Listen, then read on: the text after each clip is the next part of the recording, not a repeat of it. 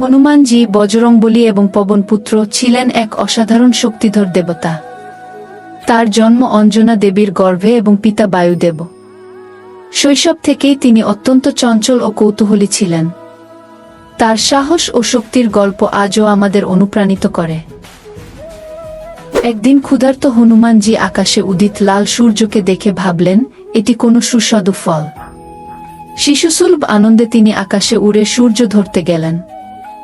এই বিস্ময়কর দৃশ্য দেখে দেবতারা হতবাক হয়ে যান।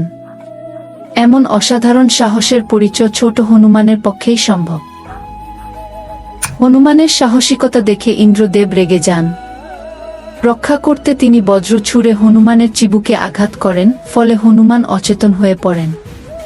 এতে বায়ুদেব ক্ষিপ্ত হয়ে সমস্ত বায়ু প্রত্যাহার করেন। পৃথিবীতে দম বন্ধ পরিস্থিতি তৈরি হয়, যা দেবতাদের গভীর সমস্যায় ফেলে। বায়ুদেবের ক্রোধ শীতল করতে দেবতারা হনুমানজিকে আশীর্বাদ করেন, অসীম শক্তি ও ক্ষমতা প্রদান করেন। এই ঘটনা আমাদের শেখায়, সন্তানের প্রতি ভালোবাসা আর দায়িত্ব মহাকাশও পাল্টাতে পারে। যদি হনুমানের সাহস আর শক্তির গল্পে মুগ্ধ হন, তাহলে এই ভিডিওটি শেয়ার করুন। হনুমানজির জীবনের অন্য গল্প জানতে আমাদের পেজ সাবস্ক্রাইব করুন। সাহস আর সংকল্প নিয়ে জীবন জয় করা প্রত্যেকেই পারে।